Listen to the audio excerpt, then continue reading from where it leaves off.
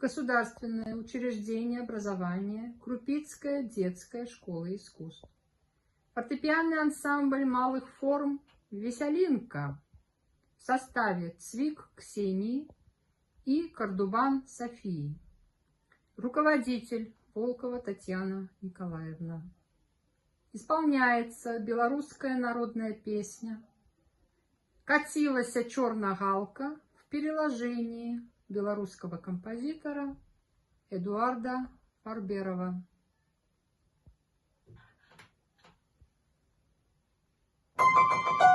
Thank you.